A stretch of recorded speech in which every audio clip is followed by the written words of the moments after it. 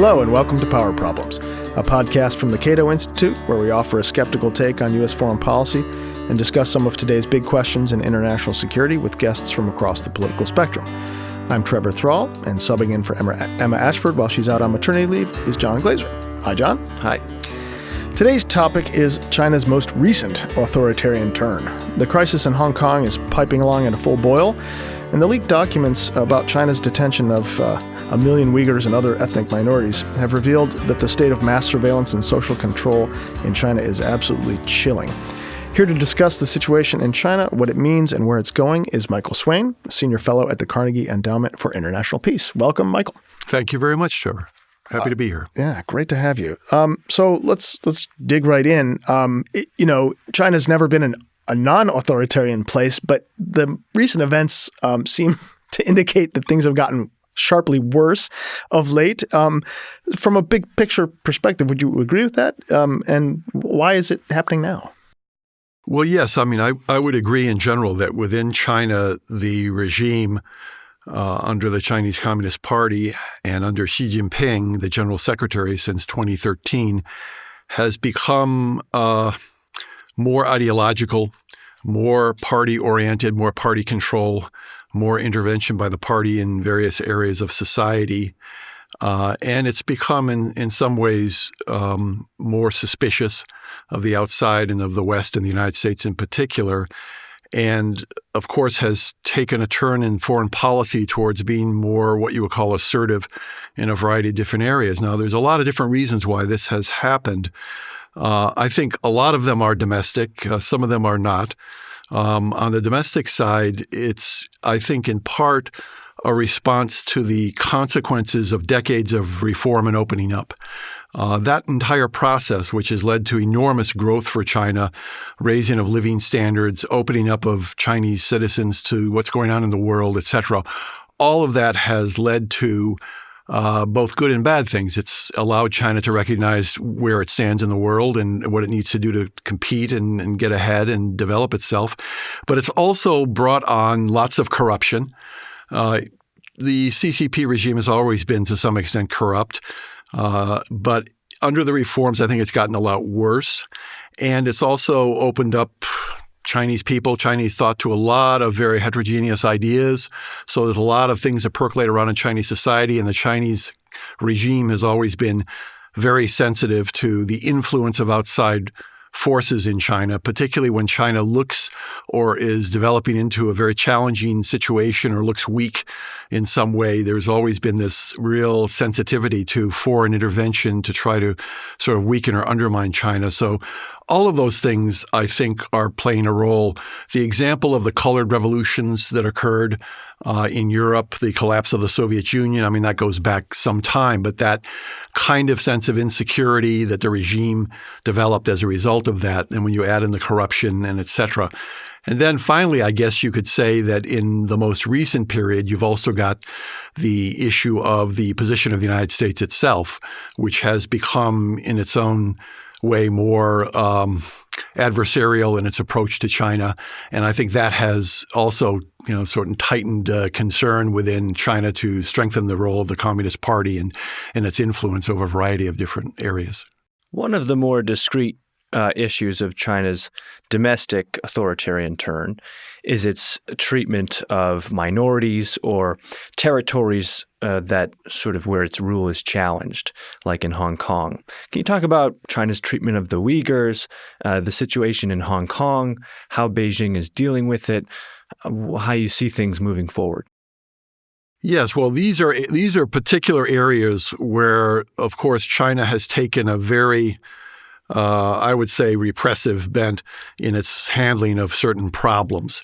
And it really is, I think, appalling in some regard regarding what's going on in the Xinjiang area as well.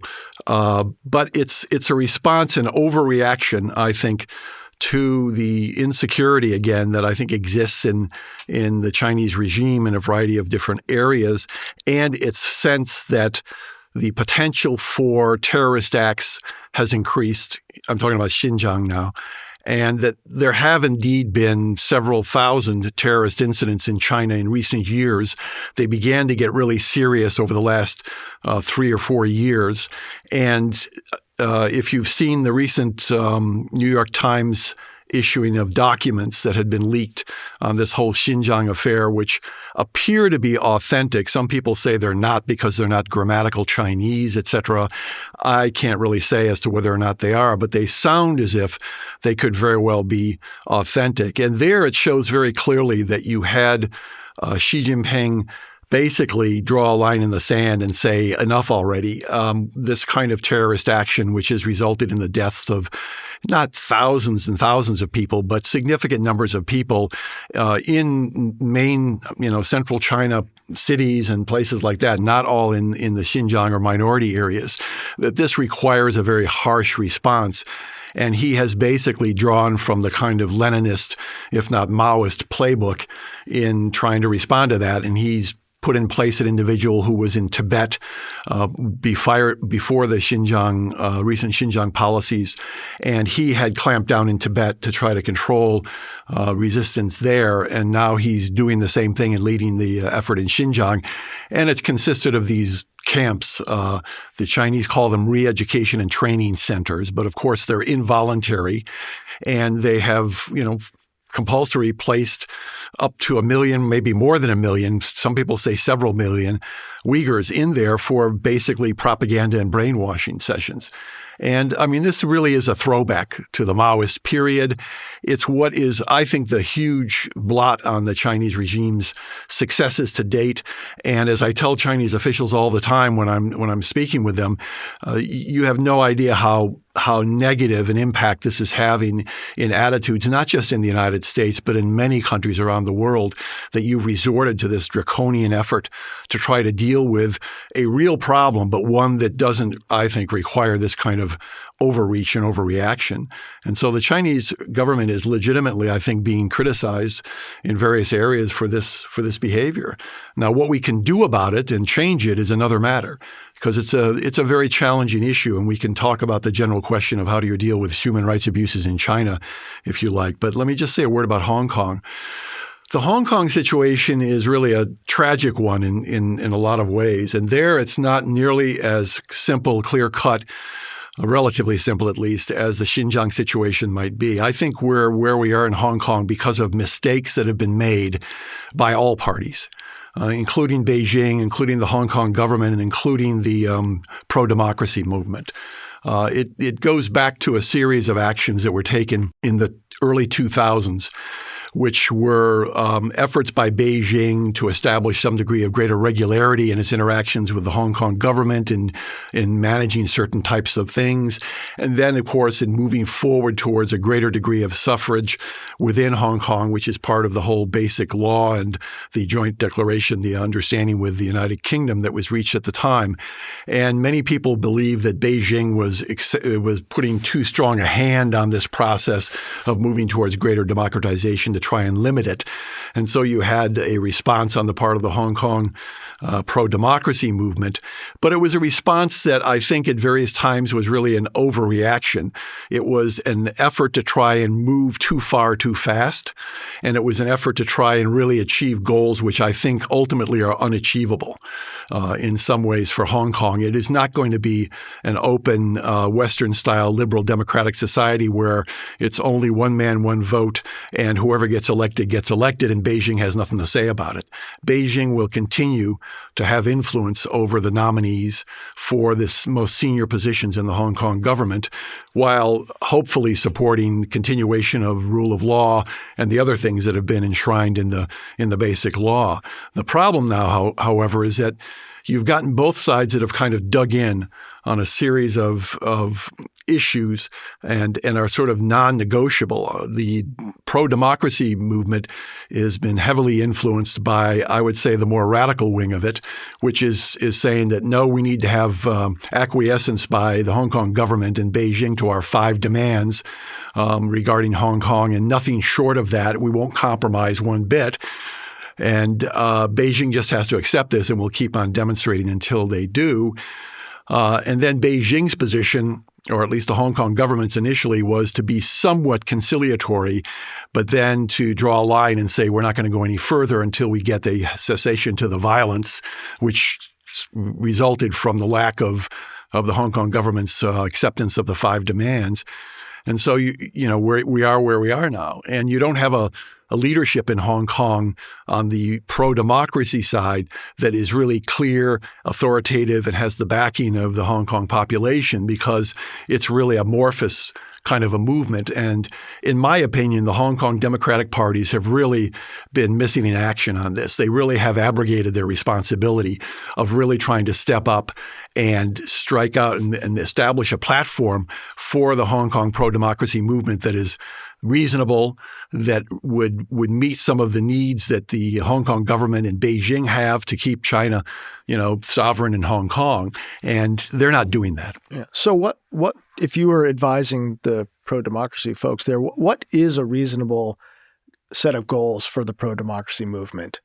I think a reasonable set of goals for the pro-democracy movement is certainly to require that the Hong Kong government not pass these more onerous laws like the extradition law and other ones that really can give an opportunity for abuse in various ways, that there stop, in fact, actions by Beijing to take people out of Hong Kong, which has happened, some dissidents and such, that has to be stopped. There has to be a reaffirmation by the Beijing government of the one country, two systems model with the high level of autonomy that Hong Kong was guaranteed under that model, and a clear definition of what that means in terms of the election process. Now, that I think needs to go forward, but in all of this, I think what there needs to be some serious thought given to establishing a reform commission, a commission made up of a broad, wide spectrum of groups within Hong Kong that represent all of the groups from A to Z, except for those that advocate some kind of agitation for the independence of Hong Kong and the separation from China, because that will not carry. I mean, I don't think that those groups can be represented in that sort of commission. But short of that, I think all other interest groups should be in there, and they should cover the gamut of the issues that are outstanding now between a lot of the Hong Kong citizenry and the government. And that runs from not just politics and democracy and voting, but all the way over to economic reforms and various social issues that are a major issue for Hong Kong today. The economic situation for a lot of people in Hong Kong today is very bad. And it's bad in part because the Hong Kong tycoons, the few families in Hong Kong that have controlled most of the wealth there, have really controlled a lot of the economy, a lot of the income and job opportunities there. And Beijing has been very content with that kind of situation because the Hong Kong tycoons have basically supported Beijing's agenda. And I think that has to change. Yeah, color me skeptical, but I foresee zero progress for the pro-democracy movement. I mean, when you contrast, Hong Kong's situation against what has been happening under Xi Jinping, I mean, re-centralization, rooting out rivals, sometimes under the name of anti-corruption or what have you. But, I just don't see democracy and the Communist Party being partners. And I mean, if I were living in Hong Kong, I would leave, because I just don't see the long run tilting towards Hong Kong's pro-democracy group. Well, I think a lot of it really depends on how you envision that democracy emerging. I mean, I agree with you. There's not going to be the full Western-style democracy in Hong Kong. China's unlikely to agree to that, especially given the decline in U.S.-China relations that's happening. But Hong Kong is an important example for the world and for China. If it is badly mismanaged in the way in which certain policies are being implemented in mainland China that are more repressive, and if that really seeps over into Hong Kong, it will completely invalidate the whole concept of one country, two systems, which the Chinese have put forward as the basis for some kind of understanding with Taiwan and other areas. And of course, the Taiwan public is deeply suspicious of this now. So if the Chinese government doesn't reject that principle, and it's unlikely that they're going to reject it, then there's got to be some kind of discussion about what one country, two systems actually means. And that will mean something that is still, in some ways, I think, more democratic or representative, not as much as you would see in the West, but some kind of sense that there is a preservation of the basic mores and norms that have existed in places like Hong Kong and Taiwan, even if they are under the sovereign authority of China. So that actually is a pretty good segue to the next question.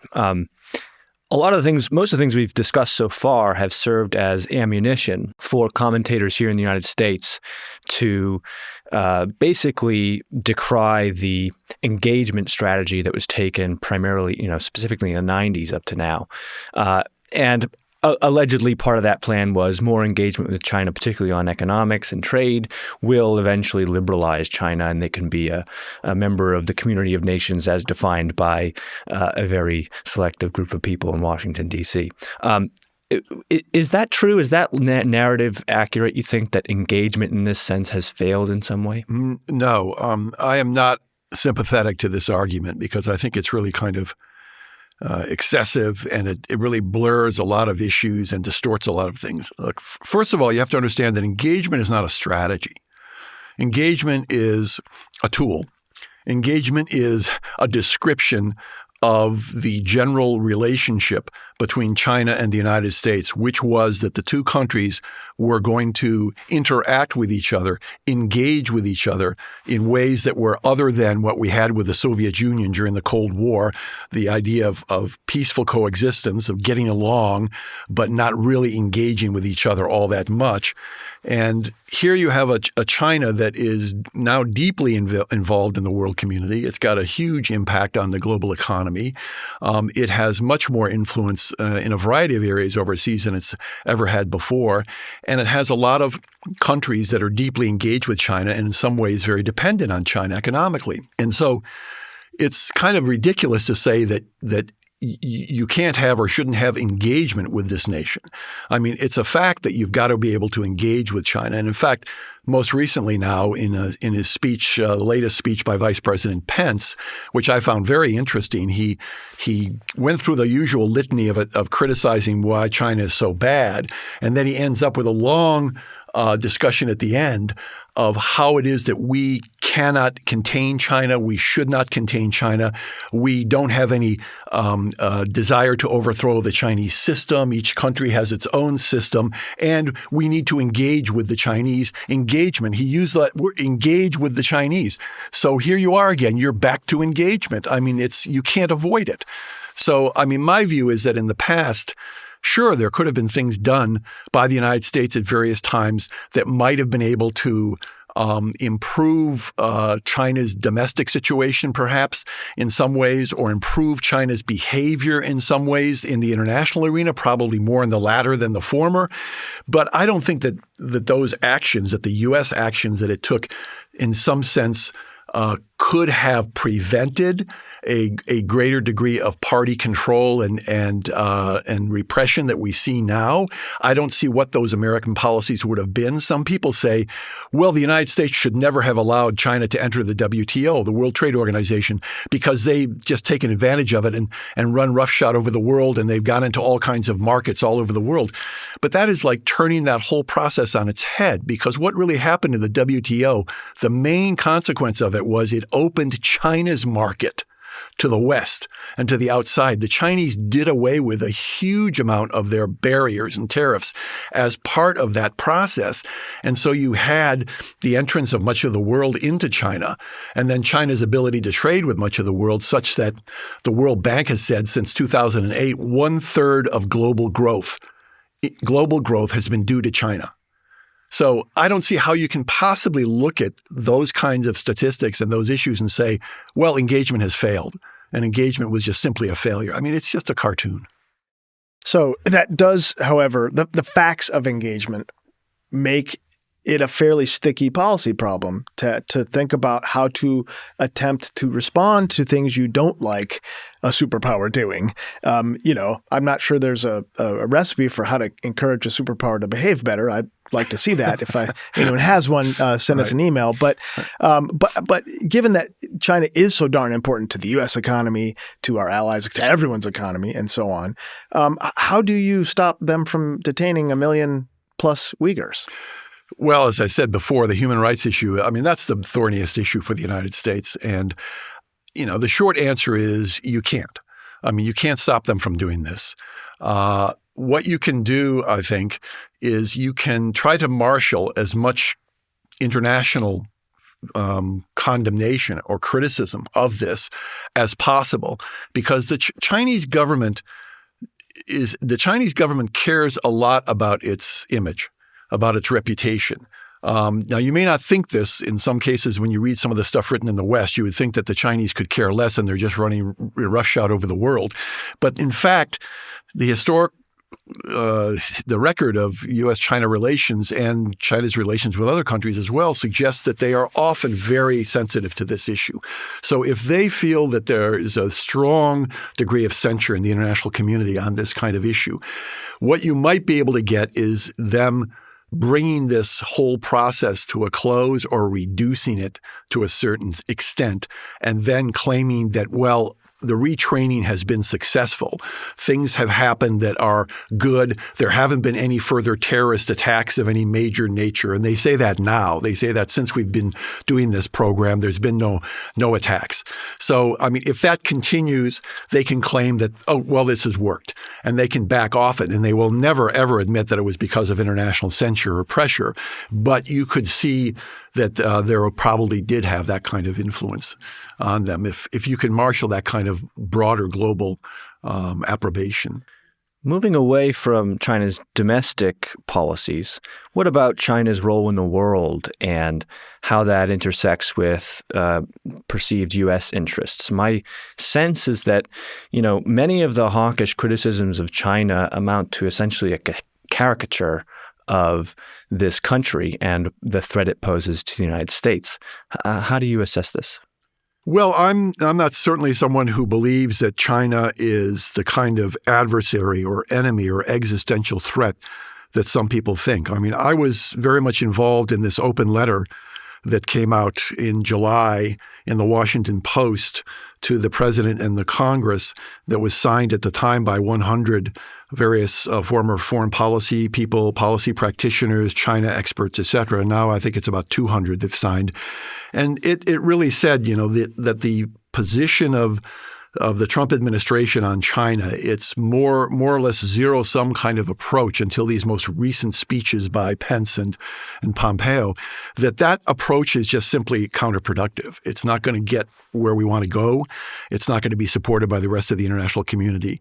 So I think China poses a significant challenge to the United States in several areas. It certainly poses a challenge in the area of economic competition and technology development. But that's a challenge that I don't think it's one of this absolute zero-sum winner take all, we're up, you're down kind of an argument, which is really extremely cartoonish, simplistic. It's more a question of what kind of technologies, what kind of economic behavior would be regarded as fair, would be regarded as reciprocal, where we can share certain areas, where we need to hive off certain areas that are essential for national security, and to define those very carefully and not just have this kind of blanket definition of virtually any technology as a national security technology. Therefore, we have to deny it to the Chinese because one day they just might use it against us.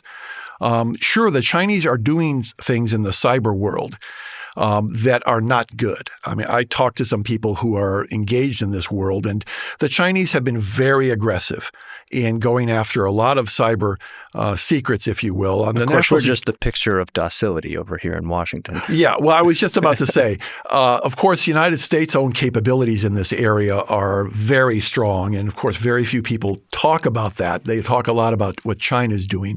Of course, the U.S. is doing a fair amount as well. The biggest criticism has been that the Chinese have focused their cyber espionage on commercial things, that they've tried to steal commercial secrets, and the U.S. doesn't do that. That argument, I think, is a little bit soft in some ways. If you look at the defense industrial complex, which is private industry after all, they have commercial interests, but they are helped, I would think, by cyber espionage in various ways. But I do think that China engages in this in a much broader way, and probably has been Well, it's been, I should think, more damaging because the United States has got more commercial capability and more commercial secrets in various areas. But over time, I think the Chinese could very well become more sensitive to protecting this themselves because they have secrets at stake that they want to be able to protect. So I would hope that we can move towards some kind of a cyber treaty in some cases in some instances with the Chinese and other countries as well that tries to get at the root of some of these problems. I think we need to be more engaged in the Belt and Road Initiative, this big multi-country initiative across Eurasia that involves Chinese investment and support in building infrastructure and such. The U.S. government has basically painted this as a strategic threat to the United States that we have to stay away from and encourage everybody to not be part of. I think that's a totally losing strategy. I think the United States needs to become vested in this, part of this, and encourage international oversight and involvement in this, much as has happened with the Asia Infrastructure Investment Bank, which the Chinese started and which then became internationalized in a variety of ways. I think the BRI can maybe not go that far, but it can go some distance in trying to do that. I think we have to have the understandings with the Chinese about certain issues to do with foreign investment in China that has to be more transparent. There has to be more predictability in this. I think the idea of the coerced technology transfers it exists, but I think it's been overblown. I think that business interests in Western and American business interests in China they're focused on that to some degree, but it's not terribly high on their list writ large for the companies. I think they want transparency, predictability, and accountability, and they want more of a level playing field in various areas. And I think that's really what needs to be addressed on the Chinese side as well, and to be honest about trying to do that and be very transparent about what it does. Another big issue which needs to be addressed in the U.S.-China situation is in the Western Pacific. If there's any area where there is a serious chance of conflict between the U.S. and China and really serious strategic rivalry, it's in the Western Pacific. And it's being driven by the shift in the power relationship there. China is moving towards a parity power, an equal power with the United States in the maritime realm in the Western Pacific. This is basically altering what had been a 70-year period of American predominance in the maritime area in Western Pacific. How to deal with that, I think the United States still has not fully grasped. Yeah. I think it's basically reacting in a more reflexive way to say, the Chinese are trying to push us out of the region. We've got to double down on our defense spending. We've got to pull our allies into a more confrontational stance with the Chinese on this, and we've got to make this work. And I think that's a losing proposition as well, much like the BRI. I think there needs to be a stable, what in fact is going to be a balance in Asia. There needs to be a stable balance. And that requires certain understandings about force deployments and certain understandings about some of the hot button issues in the area, all the way from Korea to Taiwan to the South China Sea. Today, we have very few real dialogues with the Chinese under the Trump administration in dealing with these strategic problems in the Western Pacific. There's almost nothing being discussed on this. And there was in the past. I think we have to take up these dialogues again and start talking about what it is that we really want in the Western Pacific, where we would like to see that region be in 20 years, and how we're going to get there. And that's going to have to include some degree of mutual compromise, some degree of mutual accommodation, and I say mutual accommodation with the Chinese. People hear this and they think it just means appeasement. And because of the climate in Washington, it just becomes so toxic. It's retreat. Yeah, it's just retreat. And we can't do. So people just, they just shut that off. And you can't really get a serious discussion about this because there's also a certain degree of uncertainty. People don't know where it could lead. What if you do start to engage in mutual accommodations on various issues with the Chinese? Where do you stop this sort of thing? And there's an assumption that the Chinese will take whatever they can get and they will not reciprocate. So if you've got that level of distrust, if you've got that level of hostility, of course it's not going to work. But that's the whole point. You don't want to get there. Yeah, I think one of the troubling sort of recent trends for me is a lot of writing by inside the Beltway think tankers and such, where they're playing the old Cold War game of intention reading, and they're coming up with the answer that China is bent on global domination, just the way hawks like to imagine. The Soviets had this unbending, and at least in that case, I'd give the Soviets at least a couple of decades where that's what they thought they were doing until they kind of figured out they weren't going to be able to do it. But I don't think my reading does not suggest that China thinks that that's the goal. I think they have more moderate goals. But if you can't agree, as you suggest, I mean, if you really do think China's bent on global domination and the Belt and Road is just proof, and their increasing military capability is proof, and the fact that they want all the fish in the South China Sea is proof, then it's going to be a really hard thing to convince people in D.C. to mutually accommodate on almost any score. And it's going to be easy, it seems to me, for events like the Uighurs or Hong Kong or whatever the next mini crisis with Taiwan is or whatever, to blow up into something really dangerous. I agree. I mean, I think that's what I've been saying for some time now is that as you get to this situation where you have a rough parity in the Western Pacific and you haven't really resolved these hot button issues or at least brought them under some greater degree of stability and you haven't really adjusted your military posture, then what's going to happen is that these issues revolving around the South China Sea claims, U.S. military operations along China's border, maritime border, the Taiwan situation, et cetera. These things have the potential to become crises. As China becomes overconfident that it has more capability and more influence, and it sees the United States as seeking to contain it and it wants to push back itself, and so it does that in these various hot button areas, and then in its own side, the United States overreacts because it wants to disabuse the Chinese and other countries of the idea that it's losing in relative power and it's not as predominant as it used to be.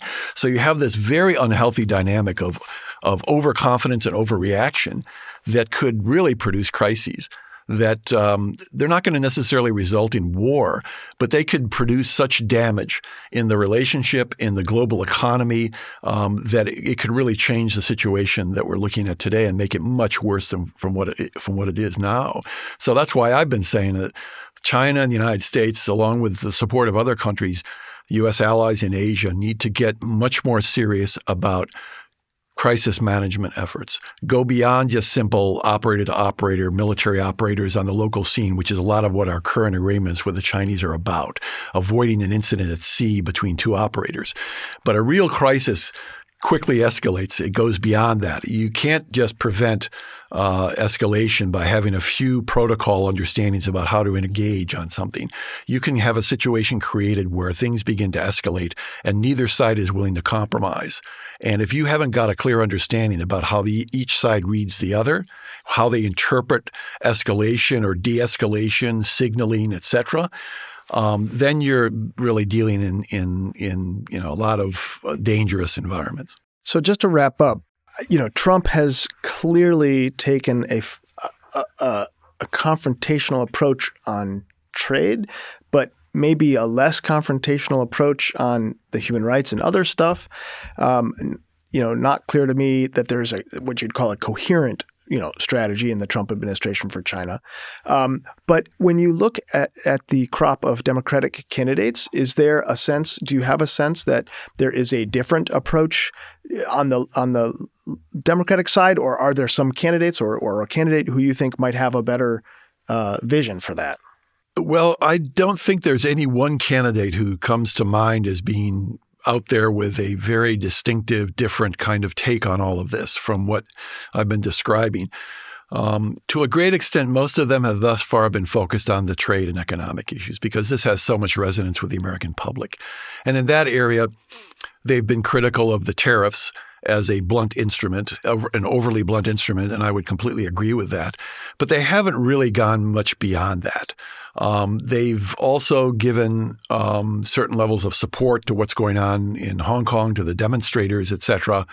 Again, I don't see that as it's not leading to a sort of broader platform and understanding about how to deal with this massive country that is so complex and so different from any country we've had to deal with before. So I'm hoping that there's going to be more clarity coming out of these various candidates in the near future. I really, at this point, have no single individual whom I would say is better than the others in terms of his or her take on China.